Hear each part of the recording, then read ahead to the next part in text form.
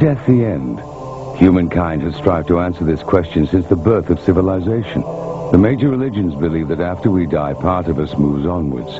But some believe this journey can be halted, that a spirit or soul can become trapped between this world and the next, remaining with us as ghosts. The people you will see tonight have one thing in common. They all truly believe they have come face to face with ghosts. Ever since I've been a child, I've been able to see what we would loosely call ghosts or dead people. Machines blew up, lights banged. I always felt I was being watched. I just lifted my head and said, F off. And it went. I was thinking, stupid cow, what's she doing out this time of night? Weather like this, you know, just with a dress on. It's quite hard to believe that a child is seeing something supernatural. I thought, why aren't my parents talking about these people that are here? It was almost as if I was being possessed.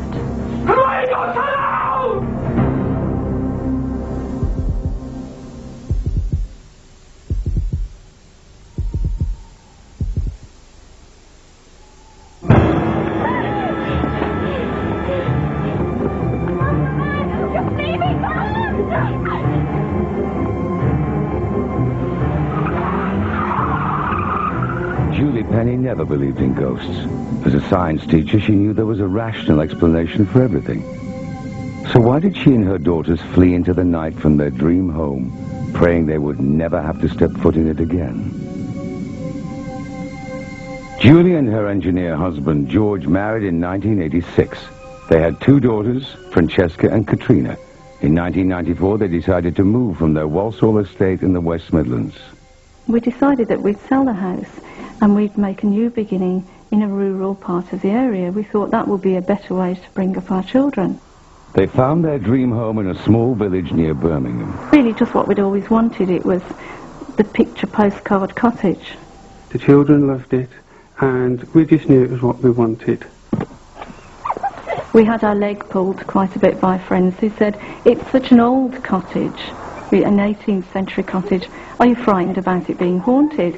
And we said, absolutely not. Julie now wishes she'd listened to her friends. The family had been in the cottage for 2 days when it started. A pocket full of posies, tissue, a tissue, we all fall down. All fall down? Cat's just pushed me over on the stairs. This silly Cheska, she's been out here with me. I was rather annoyed with Francesca because I felt that she was trying to get Katrina into trouble. Now, looking back, I wish I'd listened to her the very first time she said it. I thought it was my sister, but about it, the force was too hard for her to have pushed me downstairs.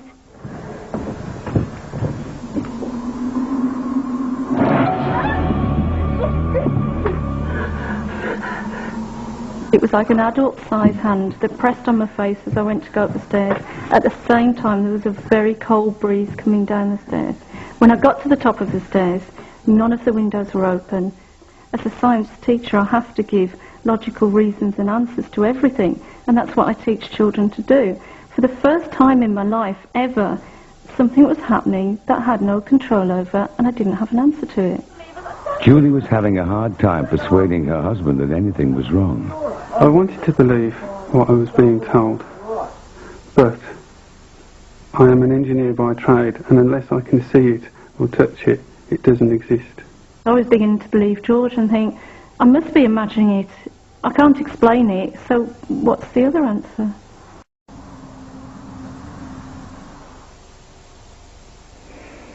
George, what are you doing? It must be freezing out there. Come back to bed, love.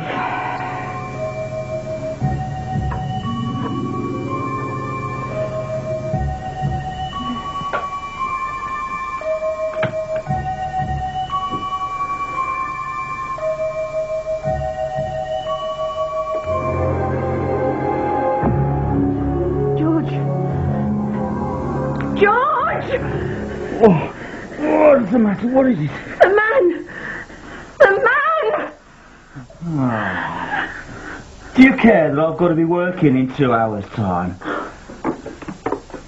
Mum, there was this man in our room, and then he disappeared. He looked exactly like George. He'd got a really, really strange outfit on. It was cut in a style I'd never seen before. Over the next few months, the strange events got worse. There were terrible smells and unexplainable electrical problems. Wondering if she might find the answer in the history of the old cottage, Julie visited the local library. The village apparently was a real den of thieves. The stagecoaches were always being held up. There were lots of hideouts for highwaymen. It was really a very rough area. We found out that our cottage was linked up to the Welsh Harp pub by a series of tunnels. The tunnels were used from there for the highwaymen to escape down, and they actually escaped through the trapdoor in our cellar out of our cottage. Close by there was a tree which was a hangman's tree. We don't know if the problems in the cottage were linked to a very vivid history or whether it was something else that was going on that we couldn't explain. But it was talking to the neighbours that produced the most chilling evidence. We found out that nobody had been in the cottage for more than 18 months. Arguments were increasing in the house due to the fact that I was being presented with all these stories. Julie started taking the girls to spend some nights at her mother's, but George was still unsympathetic. Nothing had happened to him, yet.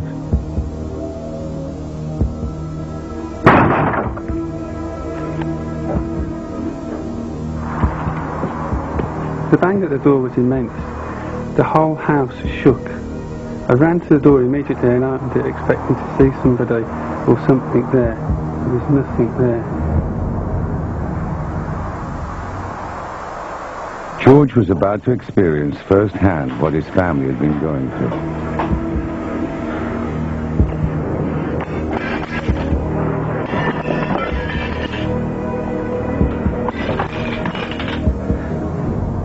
Pictures coming off a wall were probably the scariest things for me.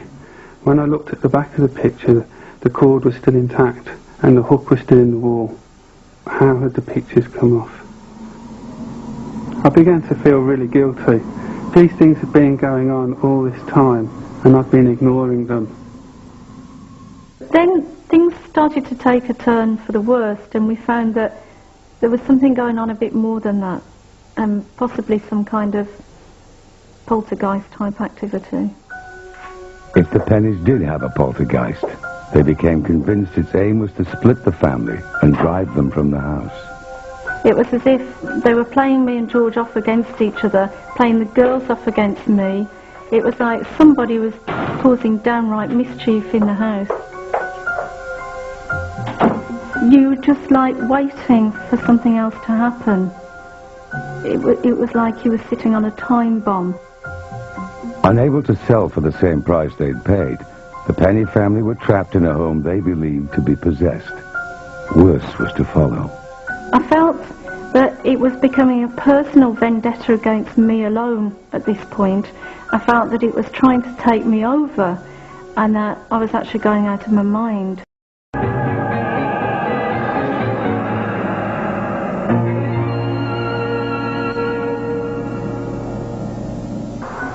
Julie found herself losing control. She felt as if she was being forced to do things against her will.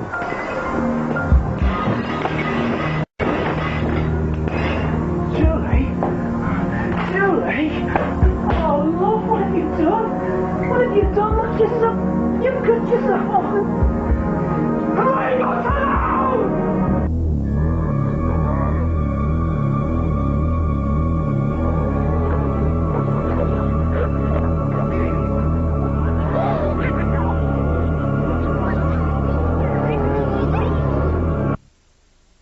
Almost as if I was reliving something that had happened in the past, or something was trying to relive a life through me. It was almost as if I was being possessed. When George worked night shifts, Julie and the girls often slept in the same bed for safety, but nowhere was safe anymore.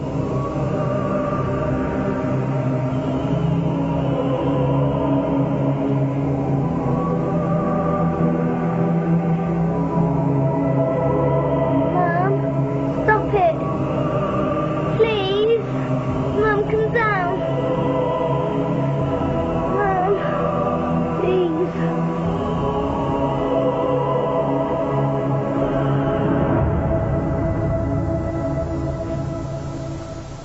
I was quite tired and I thought it was my eyes just playing, but when I looked next to me, my mum had gone. So I thought, okay, I'm not dreaming, my mum is like up there. So that's when I just started screaming. I wasn't going to put them through it anymore. I felt that we tried to fight it, we tried to have an answer to the questions. We couldn't fight back anymore. Come on, girls, hurry up! We were just going to go. That's it. If you come so quick. No, quick,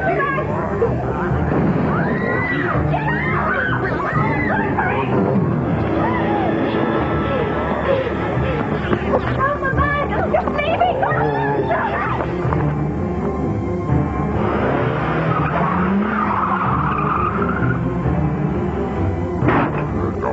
I felt as if it had won. It had beaten us. The pennies fled. It would be 2 years before things returned to normal when they moved to a quiet village in Scotland. Julie is teaching again, and the family have picked up life where they left off. Our new life in Scotland, well, it's just wonderful. And in some ways, that's been the only good thing that has come out of it. I don't think you should ever doubt your children. We tried doing at the start the thing of, oh, it's just a dream, oh, it's just a nightmare, oh, you know, it's just the wind. I don't think you should do that because you just never know just what's really going on. There have been no further problems reported in the cottage. In part 2, a dark past returns the haunted Devon woman. It came back with such a vengeance, it was 10 times worse. And does a tragic air crash hold the key to a modern-day apparition? And I thought, well, if you're going to die like that, you know, are you going to stay around and haunt the place?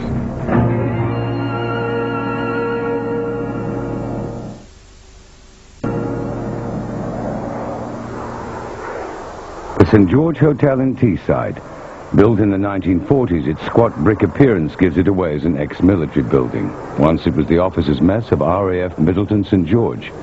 When the Air Force moved out in the 1960s, the base became Teesside International Airport, and the mess became a hotel.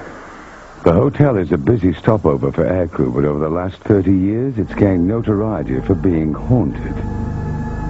On the 17th of November 1982, airline pilot Barney Kincannon headed for his room in the west wing of the hotel. I'd just come in from the late London flights, arriving about 9 o'clock at night. Another pilot, Grant Waters, was also staying in the West Wing 3 years earlier in March of '79.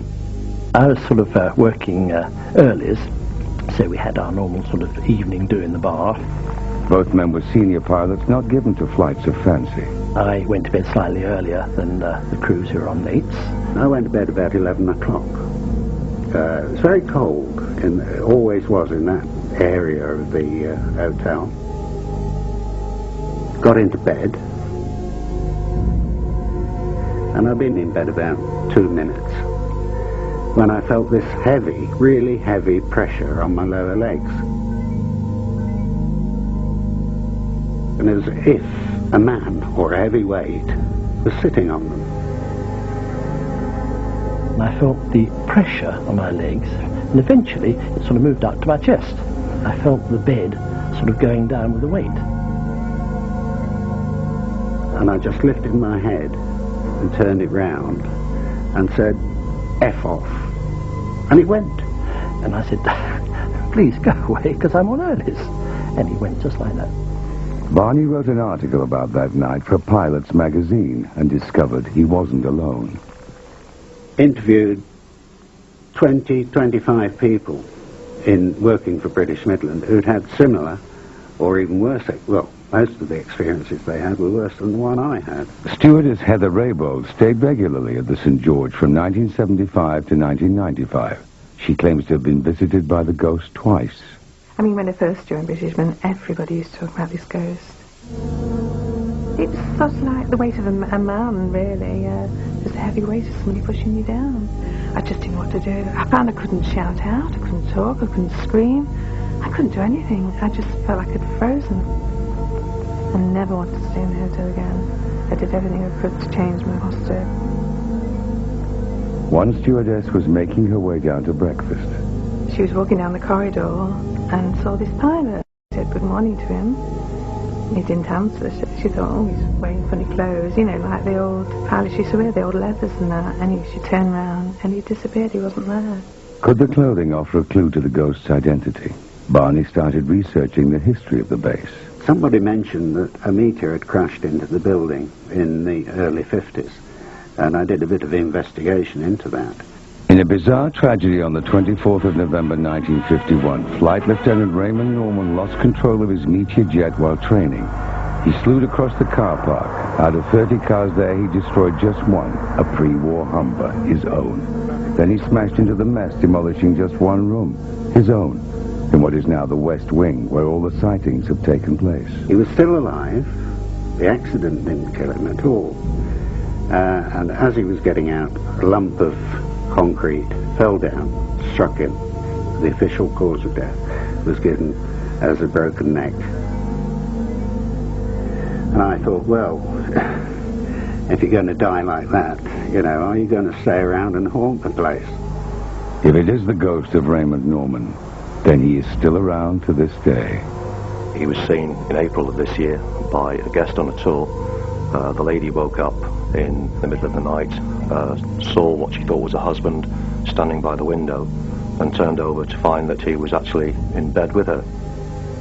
We like our ghost. He doesn't interfere with us, and we take him as quite friendly. Unfortunately, he doesn't like flight crew, and in particular flight deck, and they're the ones that he has the most problem with. Some of the cabin crew, if they're asked to stay in the hotel, they used to go sick. I probably shouldn't be saying that, but they did. Whatever you think about this, I mean, this has happened to 20, 25 people, to my knowledge. So there's got to be something to it.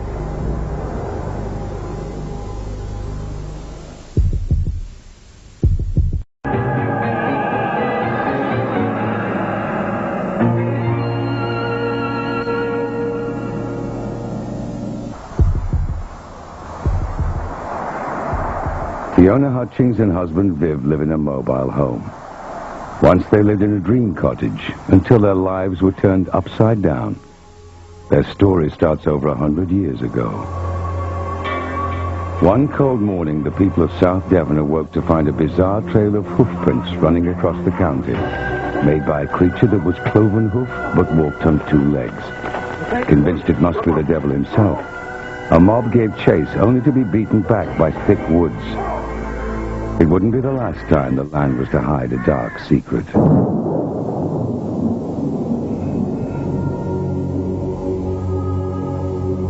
Since then, rumors have abounded of strange goings-on in the woods and moors of the area.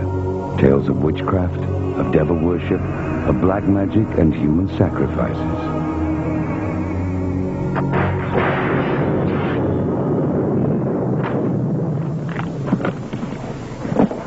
When I saw it, I thought, this is it. This is the house I'm going to live in forever. They're going to have to carry me out of here. After years of living in isolation on the Devon moors, 36-year-old nurse Fiona Hutchings had just bought her dream home, Hawthorne Cottage. It seemed to be crying for help.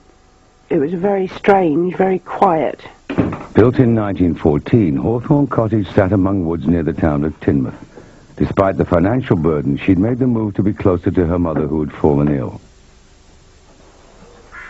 Fiona's son had recently left home, so she set about doing the place up on her own.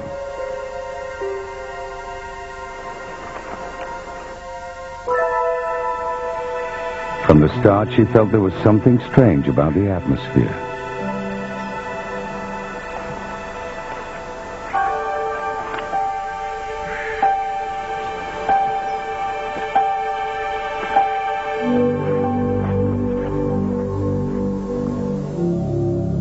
After 6 months in the cottage, Fiona's mother died, leaving her completely alone. Then she met an elderly neighbor with disturbing news about the history of the cottage. She'd never passed my house because she'd been told by her mother not to. Because she said there's all sorts of funny goings-on down there. And I said, oh, you know, bawdy things. And she said, oh, no. She said naughty things. Really naughty. The old woman told her the previous owner of Hawthorne Cottage had gone mad. Fiona dismissed it as village gossip. But 2 months later, she made a gruesome discovery. I was clearing the outside because it was completely overgrown I started digging up these cats. They'd all been mutilated and then wrapped and placed in the north, south, east, west positions, which I thought was rather strange. The burying of sacrificed animals is a practice often associated with black magic rituals. Fiona had started to feel uneasy in the cottage, but digging up the cats seemed to trigger something unpleasant.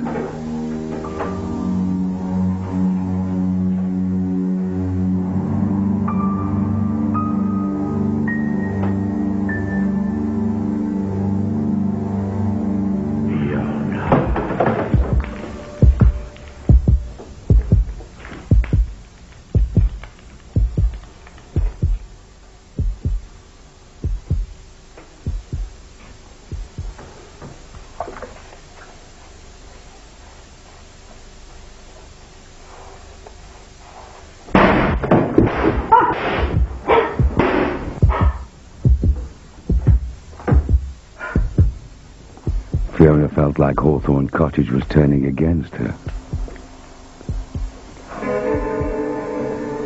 I'd have unexplained electrical faults.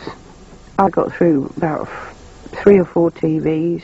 I had 2 fires that started for no reason whatsoever. Washing machine that wouldn't turn off. Microwave that blew up. 5 or 6 kettles. Fiona's sanity was being pushed to the limit. It reached breaking point one October night in 1989. I'd gone to sleep quite happily. Actually, I'd had some hot chocolate, which was one of my favourites when I couldn't sleep. And I woke up and I couldn't get off the bed.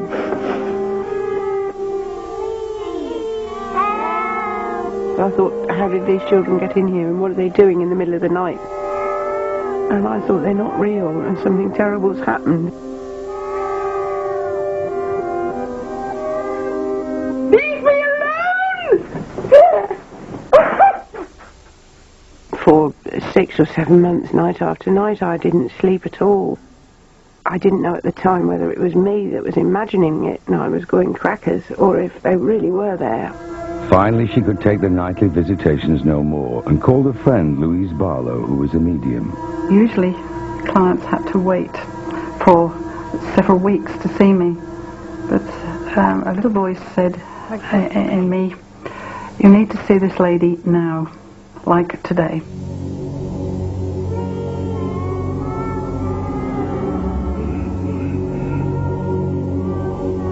I felt that there had been black magic rituals, or rituals of some sort, where you get a group of people together and they do, they feel wonderful things, but in fact it's awful.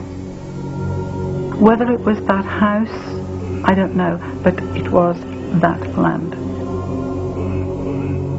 Louise felt that if Hawthorne Cottage was being haunted by events that happened on the land before it was built, then it was essential to fight back.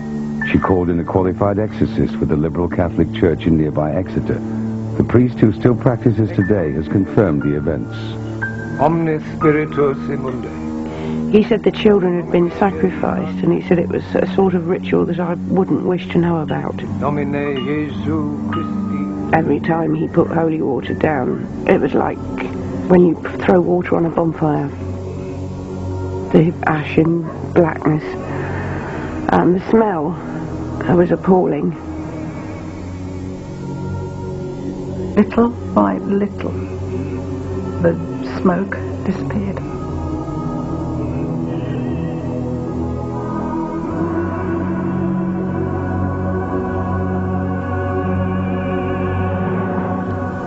I thought, it's finished, it's all done, it's clean, it's lovely.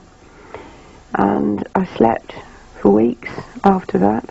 The nighttime visitations stopped and life returned to normal. Fiona married a merchant navy electrician called Viv. When I heard about the sacrifices and things that were supposed to be going on down there, it does make you wonder whether you should believe it at first, whether it's airy-fairy stuff. A few months after the wedding, Viv went away to sea, leaving Fiona alone in the cottage. Despite him being away, she was happier than she had been in years.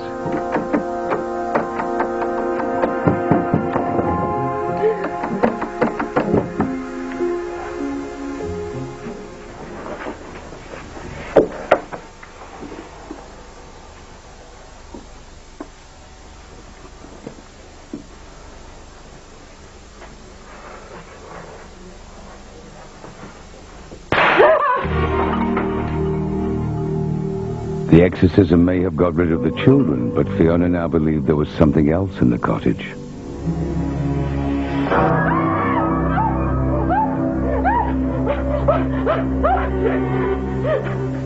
It came back with such a vengeance, it was 10 times worse.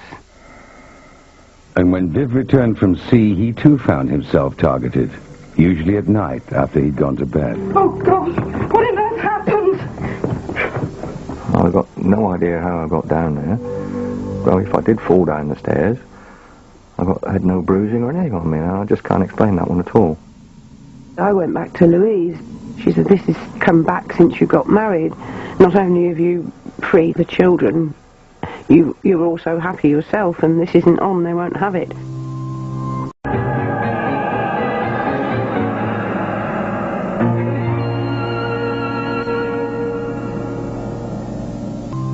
After more than a year of being terrorized, the couple were at their wits' end. They had heard rumors of an elusive local man by the name of John Parker. Ever since I've been a child, I've been able to see what we would loosely call ghosts or dead people. I don't look at myself as a medium. I'm just an ordinary bloke on a building site, laying bricks, making a living. But I have been blessed, if you like. What I was picking up from Fiona was pure fear. And I knew that there was very serious trouble in that house. Very serious trouble. At 7 p.m. on June the 6th, 1993, John Parker arrived at Hawthorne Cottage. In 30 years, he claims to have freed hundreds of trapped souls and has never charged a penny for his services. But this was to be his greatest battle.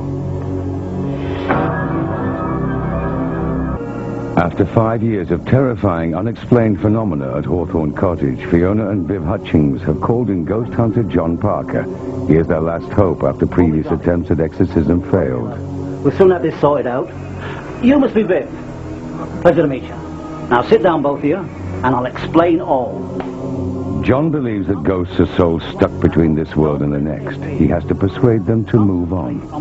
It is a battle of mind, of strength, of belief. I have to be able to prove that I am stronger than what he is. I could hear footsteps running up the stairs. There's nobody there, of course. Not from this world. Right, you little buggers. An eye for me. I knew that they were sacrificed for the cult that they belonged to. You don't be long, I'm telling you. The house shook, literally. I really don't think I've ever been so frightened. Ever. I fought better than you, I'll tell you now. To actually hear it and experience it, it was nothing can warn you about that. What I remember, boy. I'm going to push you out. Passing over where you're going. You know where you should be. You've been hanging around here far too long. Go on, I'm telling you, on your way.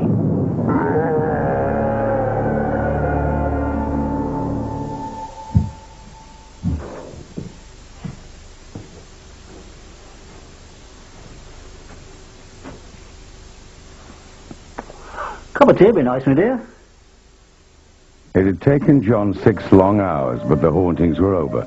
He continues his work today in the southwest, but has experienced nothing like Hawthorne Cottage before or since. This is the worst I'd ever done. Fiona and Viv finally lost the cottage in 1995 to the banks. We now live from day to day. But one thing that I'm not anymore, I'm not frightened of things that I was frightened of, because now I've seen it. That's as bad as you can get.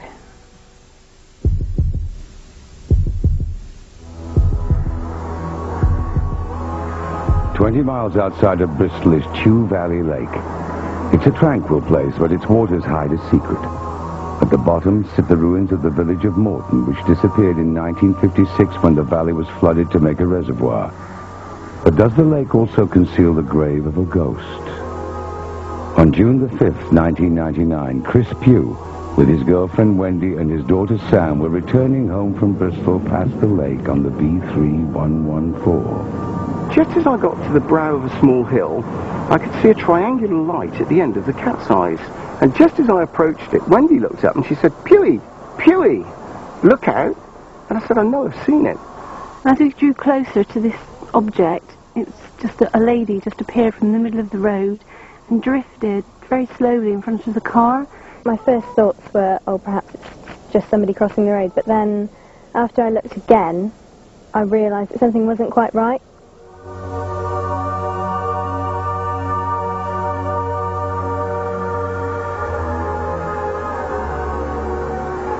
I can remember distinctly that she had long, wavy hair that looked sort of greasy or even wet. I was convinced that it wasn't a human being, it was something supernatural. What is it? What could it be? And then the next thing you just think, crikey, that is a ghost. I just knew it. It wasn't until afterwards when I thought about it, I felt absolutely petrified. I didn't really know how to feel, how to handle it, I suppose. So I pulled into a small car park, into a pub just adjacent to the lake, and phoned the police, and that was quite a difficult explanation to give to them. Police searched the area but found nothing. A week later, Chris replied to an ad in the local paper asking for people who had seen strange things at the lake. A meeting at the local historical society was arranged for witnesses of the ghostly girl. There were about 12 people in total, which was amazing because all of them recorded almost the same information when asked a series of questions, yet there was no collaboration because nobody knew each other before that night. One of those who saw her was Carol Gillen. I was thinking, stupid Carol, what's she doing out this time of night? Weather like this, you know, just with a dress on. That was when I realised then that she was a ghost. The hairs on the back of your neck stood out, knees turned to jelly, and held onto the sort of steering wheel, like just very slowly watching her go up the lane. I started asking around the local village where I lived if there was anybody that knew of anything about maybe a girl out on the lake road. And then I found a lady that had a book of sort of stories about neighbouring villages. I actually came across a passage in the book about a girl called Catherine Brown that lived at Stratford Mill, which now is Chew Valley Lake. And the story goes that she'd actually drowned in the moat, and she was only a young girl. So I just surmise that this is who it could have been. Catherine Brown disappeared one day at the turn of the century. The next morning she was found drowned. She'd been dead at least 24 hours. Yet her mother claimed to have seen her the previous night climbing the stairs soaking wet, at a time when she was already dead. The events have left those that saw her wondering if it is Catherine Brown retracing her steps home, a home that now lies deep under the lake. From the dresses that she was wearing, you could see that she was obviously from the turn of the century, quite a while ago, and all the little pieces of the jigsaw started to fall into place. Any evidence of Catherine Brown's mortal remains disappeared when the waters flooded the valley. Somewhere there's got to be a grave, and I would love to think that she's here. And I think until I've actually gone right to the end of the story, I won't be satisfied until I do. But I will find out. And hopefully it is Catherine Brown.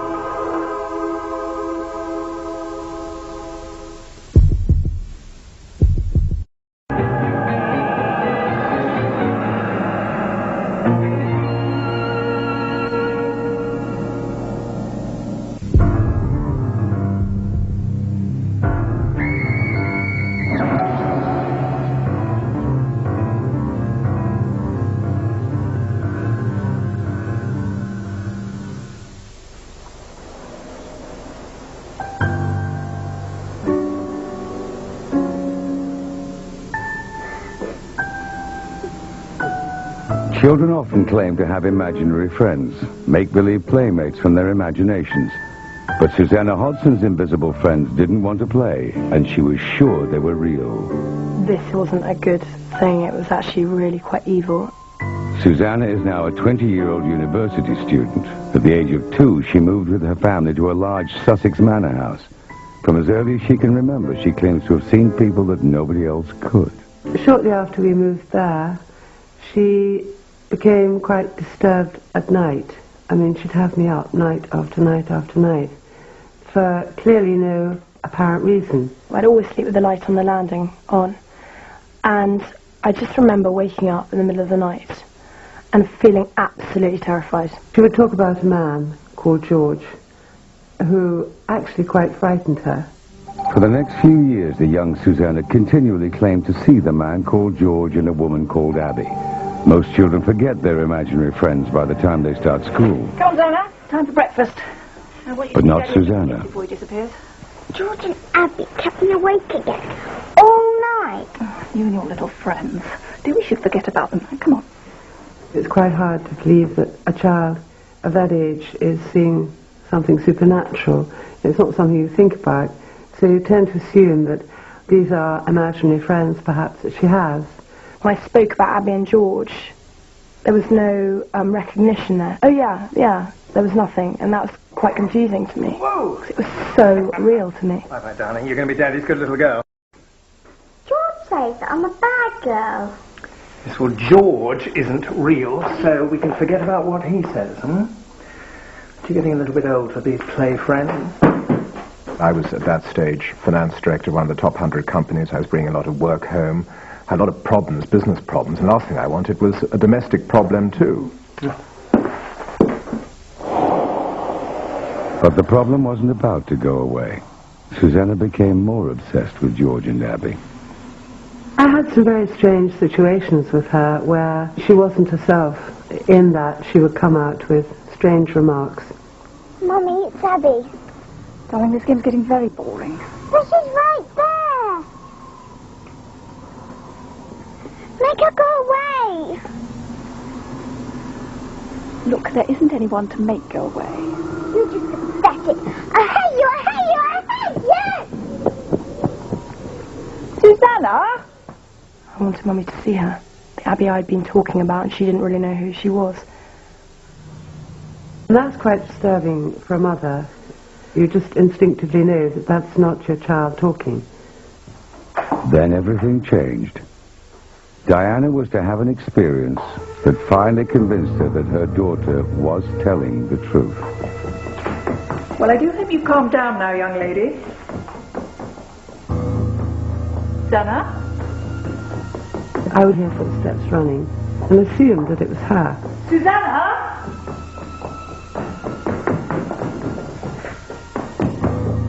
The odd thing was that the footsteps still kept on running.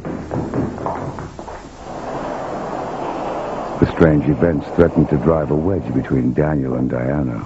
Darling, thank God you're back. It was difficult in the beginning with him because he really didn't want to know, actually, at all, and didn't find it remotely interesting or believable. It's Susanna.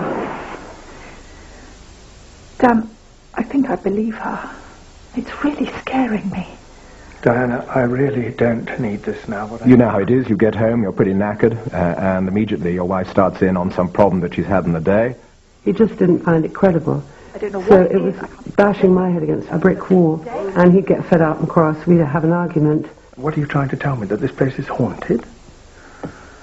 Darling, right now, I do not need to come home to a house full of hysterical women spouting about bloody ghosts.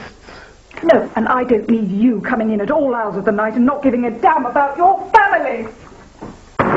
Diana was getting more and more concerned, and I think she was frustrated with me because I wasn't actually giving her the right answers. But while her parents argued over whether she was imagining things, 2 floors up, Susanna had no doubts.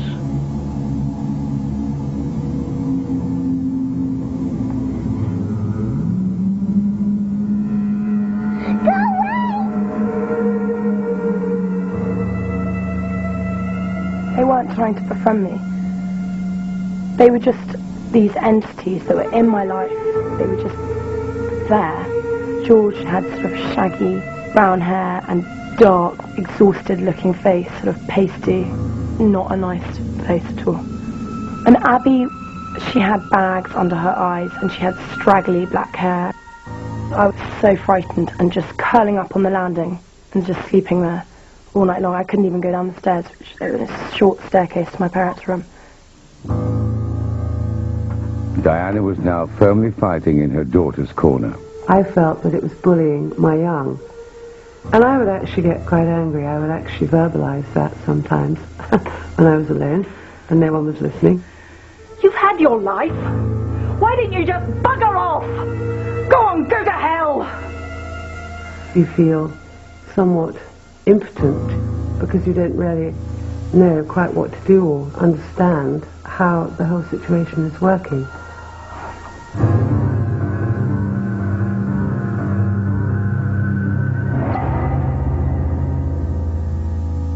Unsure where to turn, Diana contacted a medium in Portsmouth. She sent him something personal of Susanna's but gave him no details about what had happened. The response astounded her.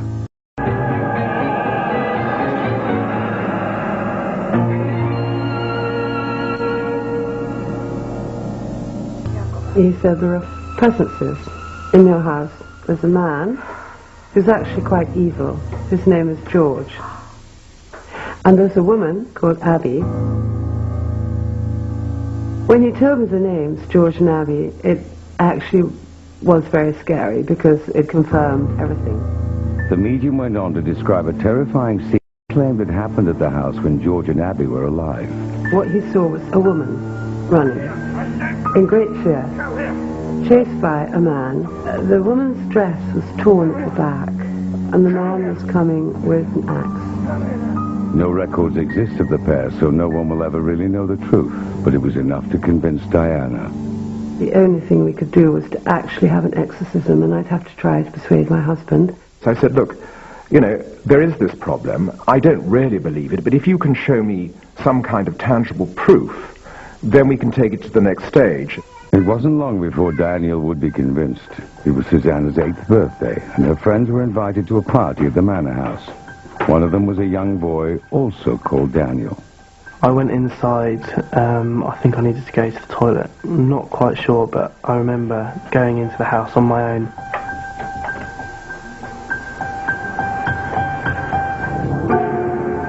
An old lady dressed in black. She was very authoritative. She did not want me to go past her. I just felt very uneasy, very scared. I just wanted to get out as soon as possible. When we found this little boy, Daniel, he was screaming his head off. He was standing there by himself, and he was clearly very scared. Now I'm older, when I look back on it, it all seems very, very strange. I am convinced, though, that I saw a ghost. It was what Diana had been looking for. Someone other than Susanna seeing a ghost in the house. I began to realize we really did have something very difficult on our hands. And I think anyone who has any belief in the metaphysical and any belief in an almighty recognizes that there are things out there that you can't put your finger on. And I began to realize that this fell into that category, and we had to do something about it. The Hodsons called in the church, who eventually sent a minister to exorcise the house. One very bright July day, but surreal it was, I came back from work at lunchtime, and the children were dispatched with the mother's help, and Diana and I and this exorcist went through the process. He didn't look like Max von Sydow. It wasn't quite as dramatic as that, but it was very interesting. At the exact moment the exorcism ended, unprompted, Susanna said something remarkable. George and Abby have gone to heaven.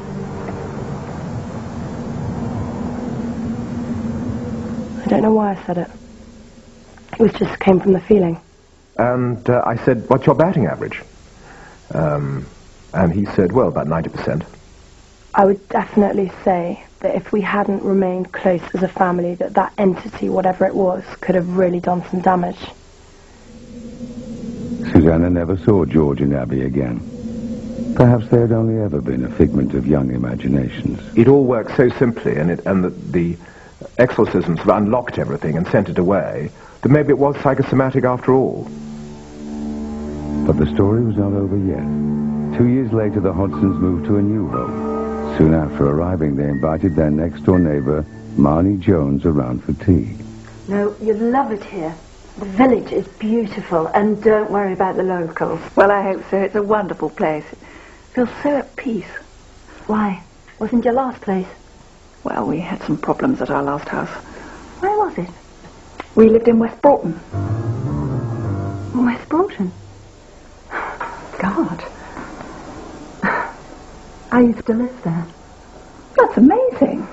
Well, we lived in the manor house. You know, by the church.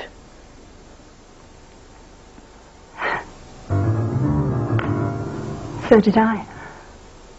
Oh my God. Did you ever... I mean... I don't know how to put this. You'll think I'm completely barking mad, but... Well, we had some problems there. Mainly with Susanna, our eldest. Oh my God. You as well.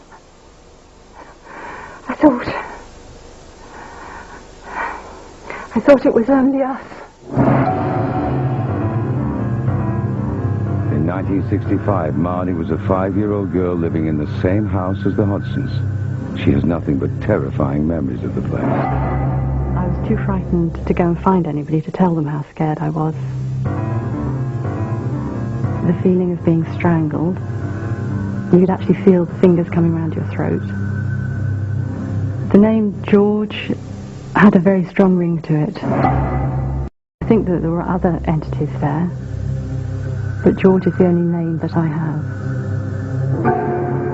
As soon as your foot got on the top staircase, you had to fly. You had no fear about falling or slipping, because that was absolutely nothing compared to what was coming after you. The thing which really proves it was that we bumped into someone in 1,000,000 to 1 chance who'd actually lived in the house quite independently and had had problems with it. It still brings the hairs up on the back of your neck. There's no other way to describe it. It's a pure fear. And I would say it was evil. What was there was very evil. It still gives us nightmares, even to this day now, recurrent nightmares. And you know that that's a memory. But it really did happen that all those years ago. After terrorizing 2 families for over 20 years, the manor house is now calm. Perhaps thanks to the Hodson's exorcism. It is currently a happy family home, and the owners have reported no evidence of haunting. If you believe the stories you have seen tonight, then you're not alone. Over half the population believe that the soul survives death, and a further third believe that ghosts are the evidence of a trapped soul.